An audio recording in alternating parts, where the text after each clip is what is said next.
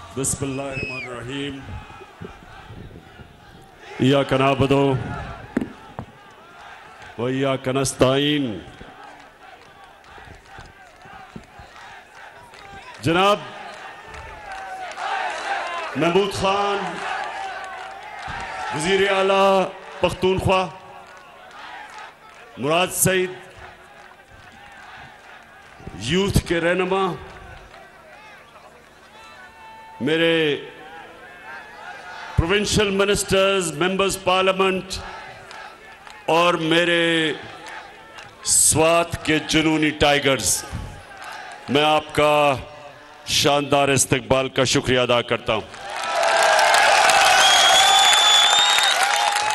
सबसे पहले बल्दियाती इलेक्शन आ रहा है। मैं जो भी लोग सिर्फ आपने उनको वोट देनी है जो बल्ले के ऊपर खड़े हो, और जो हमारे तहरीक इंसाफ के नौजवान बल्ले के खिलाफ खड़े हुए हैं, मेरी आपसे दरखास्त है कि आपको बैठ जाना चाहिए, क्योंकि हमने ये इलेक्शन जीतना है। अच्छा, मैं मेरे स्वात के नौजवान और मेरे पाकिस्तानियों, आज मेरे लिए बहुत खुश का दिन है। आज मैंने खास अल्लाह का सुबह उठ के शुक्र अदा किया। क्या वजह है स्वात के लोगों, मैं क्यों इतना खुश हूं? क्योंकि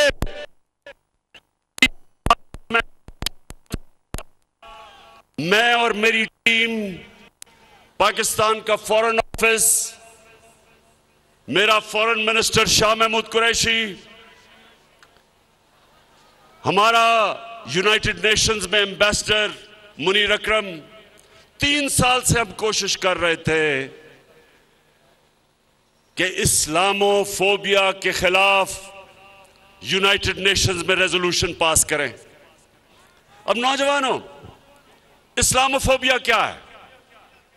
क्या चीज है ये मैं आपको समझाता हूं। 9/11 के बाद एक पूरी नफरत की लहर चली मुसलमानों के खिलाफ मगरिब में, और वो क्या थी? वो 2 वजह पे थी। एक कि उन्होंने दहशतगर्दी और इस्लाम को इकट्ठा कर दिया। दहशतगर्दी का कोई दीन नहीं होता, इस्लाम और दहशतगर्दी का कोई ताल्लुक नहीं, उसके बावजूद उन्होंने इकट्ठा कर दिया और मुसलमानों को ऐसे तासुर दिया कि इस्लाम की वजह से दहशतगर्दी है।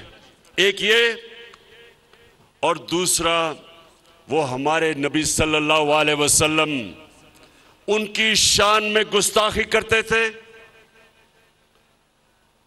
और जो भी उसके खिलाफ मुजाहरा करे वो आजादी राय के नाम पे, फ्रीडम ऑफ स्पीच के नाम पे, वो और हमें बुरा भला कहते थे कि देखें ये बड़े तंग नजर हैं।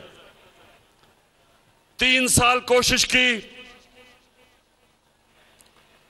OIC की मीटिंग में, इस्लामिक कॉन्फ्रेंस में, सबसे पहले 3 साल पहले मैंने अपने सारे मुसलमान मुल्कों को कहा कि हमें मिलके हर फोरम पे इसके खिलाफ बात करनी चाहिए। उसके बाद यूनाइटेड नेशंस की तकरीर, वहां जाके पहली दफा किसी पाकिस्तान के सरबराह ने इस्लामोफोबिया के खिलाफ बात की, और मुसलसल मैं कोशिश करता रहा। मेरे यहां नौजवान जब भी कोई नबी की शान में गुस्ताखी करते थे, सड़कों पे निकलाते थे, तोड़ फोड़ करते थे, लेकिन कोई फर्क नहीं पड़ता था। तो मैं इनको तब कहता था, नौजवानों, मैं ये केस लड़ूंगा और इंटरनेशनली मैं केस लड़ूंगा, और कल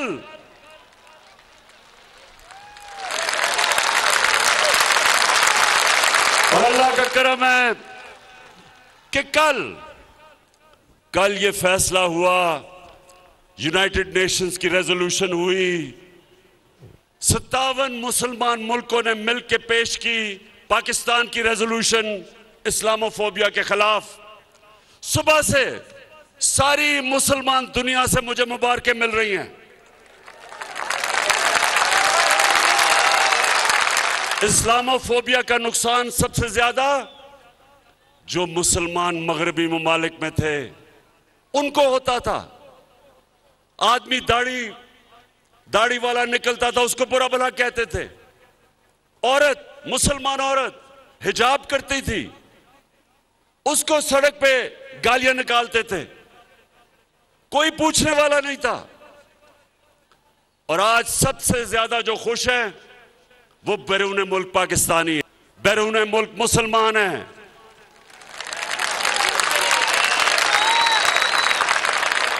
हिंदुस्तान में आज कल हिंदुस्तान में कर्नाटका की अदालत ने फैसला किया कि मुसलमान लड़कियां हिजाब नहीं कर सकती। इसको इस्लामोफोबिया कहते हैं कि मुसलमान लड़कियों को हिजाब करने से अदालत ने मना कर दिया, क्योंकि वहां एक तासुब वाली, तंग नजर वाली आरएसएस की हुकूमत जो इस्लाम के खिलाफ है, मुसलमानों के दुश्मन है, अदालत ने यह फैसला कर दिया कि औरत अपने सर पे चादर नहीं ले सकती। यानी औरतें कपड़े उतार तो सकती हैं लेकिन कपड़े पहन नहीं ज्यादा सकती। ये है इस्लाम। शुक्र है अल्लाह का कि हमारी कोशिशों की वजह से यूनाइटेड नेशंस ने ये रेजोल्यूशन पास की। और अब मैं सवाल पूछता हूं, मौलाना फजलुर रहमान, मैं तुम्हारे से सवाल पूछता हूं,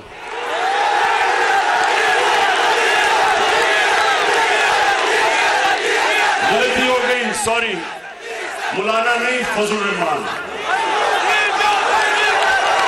क्योंकि मौलाना आलमे दीन की मैं इज्जत करता हूं। तो मैं फजलुर रहमान से पूछता हूं कि 30 साल से हर हुकूमत में आप शामिल हुए हैं, दीन के नाम पे सियासत करते हैं। मैं आपसे पूछता हूं कि कभी आपने किसी मगरबी रहनुमा के एक लफ्ज भी निकाला इस्लामोफोबिया के खिलाफ, बल्कि किसी से बात भी की? जब हमारे मदरसों के बच्चों को आप निकालते हैं इमरान खान के खिलाफ, तो उनको क्या कहते हैं कि ये यहूदी लॉबी है। तो शर्म आनी चाहिए कि जिसको यहूदी कहते थे उसने वो काम किया है जो आपने आज तक 30 साल में नहीं कर सके। पाकिस्तानियों, ये 1973 के बाद 1973 में पाकिस्तान की असेंबली ने फैसला किया था कि जो लोग हमारे नबी सल्लल्लाहु अलैहि वसल्लम को आखिरी पैगंबर नहीं मानते वो मुसलमान नहीं हैं। ये 1973 की असेंबली ने फैसला किया था। उन्होंने कहा था कि कायदियानी जो हमारे नबी सल्लल्लाहु अलैहि वसल्लम को आखिरी नबी नहीं मानते वो मुसलमान नहीं है, वो अक़लियत है। ये उसके बाद ये सबसे बड़ा काम हुआ है मुसलमान दुनिया के लिए कि आज यूनाइटेड नेशंस ने तस्लीम किया है कि इस्लामोफोबिया के खिलाफ दुनिया को आवाज बुलंद करनी चाहिए। और 15 मार्च हर साल इस्लामोफोबिया का दिन बना दिया गया है। और के लोगों, मैं पूछता हूं, इन पिछले 35 साल में जो 3 दफा वजीर आजम बने, मैं इनसे पूछता हूं कि कभी आपने यूनाइटेड नेशंस में इसके खिलाफ बात की? कभी आपने OIC में बात की इस्लामोफोबिया के ऊपर? और खास तौर पे नवाज शरीफ जब आप पर्चियां पकड़ के अमेरिकी सदर के सामने बैठे हुए थे तो एक पर्ची इस्लामोफोबिया की भी पकड़ लेनी थी, एक कश्मीर की भी पर्ची पकड़ लेनी थी। लेकिन जो गुलाम लोग होते हैं वो उनके कोई अकीदा नहीं होता, बिलीफ सिस्टम नहीं होता, उनका सिर्फ इस तरह के लोगों का जिनका पैसा खुदा होता है, जो पैसे की पूजा करते हैं, उनकी कांपें टांगेंगी अमेरिकी सदर के सामने। इंसान को, स्वाद के लोगों, ला इलाहा इल्लल्लाह इंसान को आजाद करता है। जब आप ये फैसला करते हैं कि अल्लाह तेरे सिवा किसी के सामने नहीं झुकूंगा, आजाद हो जाता है इंसान। हमने, मेरे साथ जो चले थे 25 साल पहले, हमने अपनी तहरीक इंसाफ का नस्बुल ऐन रखा था, इय्याका नअबुदु व इय्याका नस्तईन, कि अल्लाह तेरी इबादत करते हैं और सिर्फ तेरे से मदद मांगते हैं। इसलिए इमरान खान अमेरिकी सदर हो या दुनिया का जो भी सदर हो, उसके सामने आंख में आंख डाल के बात करता है, झुकता नहीं है, पर्चा नहीं पकड़ता। क्योंकि अल्लाह के सिवा कोई खुदा नहीं है। नौजवानों, कोई खुदा नहीं है अल्लाह के सिवा। हमारे मुल्क में जब 2008 से लेके 2018 तक ये दो जमातों, पीपल्स पार्टी और नून लीग जब इक्तदार में थे, 400 ड्रोन हमले हुए पाकिस्तान पे, 400। हमारी औरतें बच्चे मरे, बेकसूर लोग मरे, हमारे लोगों के घर बर्बाद हो गए। अमेरिका की जंग में शिरकत करके स्वात के लोगों ने कितनी कुर्बानी दी, कितने लोगों ने नकल मकानी की, घर उजड़ गए लोगों के। तो क्या ये जो दो मुल्क के सरबराह थे, कभी इन्होंने अमेरिका को ये कहा कि एक तरफ हम तुम्हारी जंग में शिरकत कर रहे हैं, दूसरी तरफ हमारे ऊपर ही बमबारी कर रहे हैं? ये कभी दुनिया की तारीख में कभी किसी मुल्क पे ये गुजरी है? नहीं गुजरी। ये क्यों नहीं बोले? स्वात के नौजवानों, आप बाशऊर लोग हैं, सुने क्यों नहीं बोले? अगर इमरान खान के भी अरबों रुपए मुल्क से बाहर ऑफशोर अकाउंट्स में पड़े होते, मैंने यहां से चोरी करके, मैं भी बड़े बड़े महल्लात लंदन के अंदर मेरे होते, बच्चे मेरे महलों में रह रहे होते, बड़ी बड़ी गाड़ियां मैं चला रहा होता चोरी के पैसे से, तो मैं भी उनके सदर के सामने पर्चियां लेके बैठा होता। क्योंकि जब स्वात के नौजवानों, जब वो चाहें, आज जिस तरह रूसियों के साथ, जितने भी रूसियों के बड़े बड़े उनके बिजनेसमैन के बाहर पैसे पड़े हैं, मगरिब के अकाउंट्स में, बैंकों में, उनके जायदाद सब जब्त हो रही हैं। तो इनको भी पता है कि जिधर इनके पैसे पड़े हैं, इनके महल्लात हैं, जब चाहे वो इनको जब्त कर सकते हैं। इनके पैसे ने इनको गुलाम बनाया है, इनके चोरी के पैसे ने इनको झुका दिया उनके सामने। और इन्होंने इस कौम को, जो एक अजीम कौम है, इन्होंने हमें भी अपनी हरकतों से हमें दुनिया में जलील किया है। ये सुन लें कि एक कौम, 100 गीदड़ों की कौम जिसका सरदार शेर हो, वो जीत जाएगी। 100 शेरों की कौम जिसका सरदार नवाज शरीफ की तरह गीदड़ हो। हमारी एक अजीम कौम है, ऊपर करप्ट जब लोग बैठे एक तो पैसा चोरी करके बाहर ले गए, कौम को मकरूज कर दिया। 10 सालों में इनके 4 गुना ज्यादा कर्जा बढ़ा पाकिस्तान का, मुल्क को मकरूज कर दिया। बाहर 20-20, 25-25 निजी दौरे किए जब कौम को मकरूज कर रहे थे। और मेरे पाकिस्तानियों, यही नहीं सिर्फ इन्होंने किया, इन्होंने मुल्क के मफादात को अपनी जात के लिए कुर्बान किया। तो मैं आज स्वात के लोगों आपके सामने ये कहना आया हूं कि आप सब इस मुल्क की बका के लिए, अपने बच्चों के मुस्तकबिल के लिए, नौजवानों अपने मुस्तकबिल के लिए ये समझ जाएं कि ये जो करप्ट टोला, ये जो 3 चूहे इकट्ठे हो गए हैं शिकार करने के लिए, मैं आज आप सबके सामने कह रहा हूं कि इंशाअल्लाह मैं आप इनका शिकार करके दिखाऊंगा। क्योंकि ये कर क्या रहे हैं?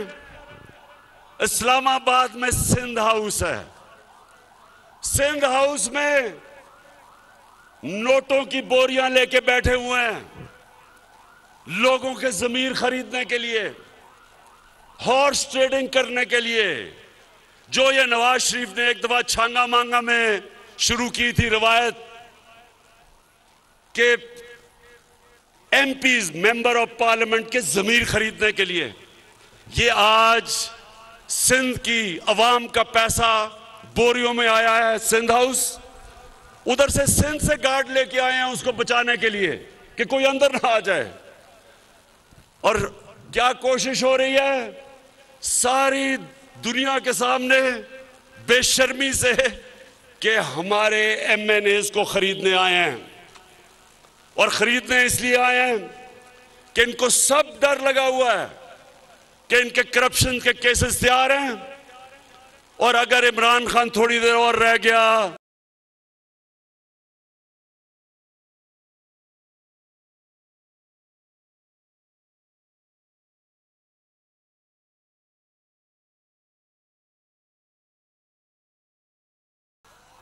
और इन्होंने फैसला किया सबने कि अगर ये कामयाब हो जाते हैं तो सबसे पहला काम इनका क्या होगा? नैब को खत्म करना, अपने करप्शन के केस खत्म करना। शर्म भी नहीं आती, खुल के कह रहे हैं कि हम आते साथ ही नैब खत्म करेंगे। तो इंशाअल्लाह ये जो आने वाले दिन हैं, ये पाकिस्तान की तारीख के फैसला कुन दिन है। इसमें फैसला होगा कि कैसा पाकिस्तान बनेगा। इसमें सब चोर एक तरफ हो गए और इन सब ने मुझे मौका दिया है, जिस तरह मैंने कहा कि इंशाअल्लाह एक गेंद से 3 विकेटें गिरेंगी। ये वो लोग हैं नौजवानों, ये वो लोग हैं आज जो ये खौफजदा हैं, जिस चीज से खौफजदा हैं वो ये कि मुल्क तरक्की कर रहा है। आज मैं चैलेंज करता हूं सबको कि मुआवजा कर लें कि इनके दौर में हालात क्या थे और हमारे 3.5 साल में क्या है। हर चीज में हम इनसे आगे हैं। मुश्किल हालात में पाकिस्तान बना। पहले दिवालिया निकाला हुआ था इन चोरों ने, उसके बाद कोरोना आ गया। पाकिस्तान वो मुल्क था जिसने अपनी कौम को, हमने जो फैसले किए, अपनी कौम को कोरोना से भी बचाया और अपनी माइशत भी बचाई। दुनिया ये मानती है, दुनिया किस तरफ जा रही थी, हमने दुनिया के मुखालिफ फैसले किए और आज दुनिया कहती है कि जो पाकिस्तान ने अपने लोगों को कोरोना से बचाने के लिए फैसले किए थे वो सबसे बेहतरीन थे। और हमें मानती है दुनिया। हमने उस दौर में एक्सपोर्ट्स पाकिस्तान की तारीख की रिकॉर्ड की, सबसे ज्यादा टैक्स पाकिस्तान का इकट्ठा किया। उस टैक्स से 10-10 रुपए हमने पेट्रोल और डीजल कम किया, 5 रुपए यूनिट बिजली कम की। टेक्सटाइल की रिकॉर्ड एक्सपोर्ट्स। इस मुल्क के अंदर कभी इतना ज्यादा ज़राअत के अंदर पैसा नहीं आया। गंदम की रिकॉर्ड, मकई रिकॉर्ड, चावल की रिकॉर्ड फसल। वो मुल्क जिसके जो ज़राअत का मुल्क था, पहली दफा किसानों को इस तरह का पैसा मिला। आईटी, जो नौजवानों का जो मुस्तकबिल है, रिकॉर्ड आईटी की एक्सपोर्ट्स की। मैं चैलेंज करता हूं, हर चीज में हम इनसे आगे हैं।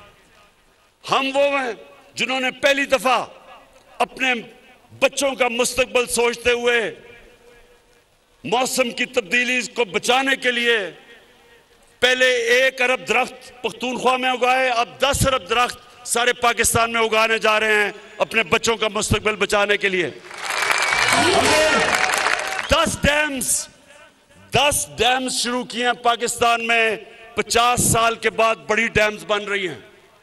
मुमन डैम 2025 में, जो सारे पेशावर के इलाके को इनकलाब आ जाएगा, वहां ज़राअत में भी पेशावर के लोगों को पानी भी मिलेगा।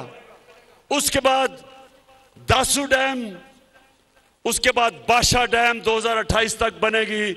जो पाकिस्तान का जो पानी है, जो रिजर्वोयर है, वो दुगना हो जाएगा। इससे और जमीन काश्त में आएगी, इससे और ज्यादा इंशाल्लाह अनाज इस मुल्क में होगा, इससे इंशाल्लाह और खुशहाली आएगी। तो आखिर में स्वाद के लोगों, जरा मुझे अब आपने हाथ उठा के बताना है कि क्या, अभी नहीं, अभी हाथ नीचे करो, अभी मैं बताऊंगा। क्या कि एक गेंद से मैं 3 विकेटें गिराऊं? और ये जो लोग हैं, नवाज शरीफ बाहर बैठा है।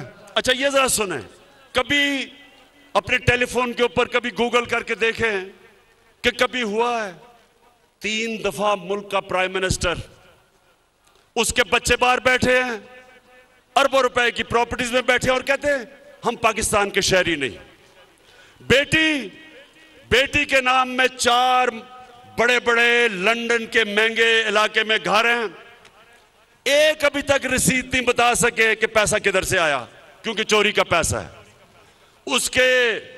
उसका जो मुंशी इसहाक डार, वो भी बाहर बैठा है, उसके बेटे भी बाहर, और वो पति सारे। इधर हमारा जो 3 के साथ जो शक्ल नजर आती है सूट पहन के, वो सूट इसलिए पहनता है कि जब वो यूरोपियन को मिलता है या अमेरिकी एम्बेसी से लोगों को मिलता है तो बताता है कि सर मैं भी आप ही की तरह हूं, देखिए मैंने सूट पहना हुआ, मैं अंग्रेजी बोलता हूं। तो शोबाज के आपको पता है मकसूद चपड़ासी कौन है? कौन है मकसूद चपड़ासी? मकसूद चपड़ासी वो है जो शहबाज शरीफ की चपड़ासी बना हुआ था। एक दिन उसको पता चला उसके बैंक में 375 करोड़ रुपया आ गया है, और बाकी जो नौकरों के नाम पे 1600 करोड़ रुपया आया। तो जब से अदालत में पूछ रहे हैं कि जी पैसा किधर से आया, तो कभी शहबाज शरीफ की कमर में दर्द हो जाती है, कभी उसका वकील भाग जाता है, डेट्स पे डेट ले रहा है। इसको भी डर लगा हुआ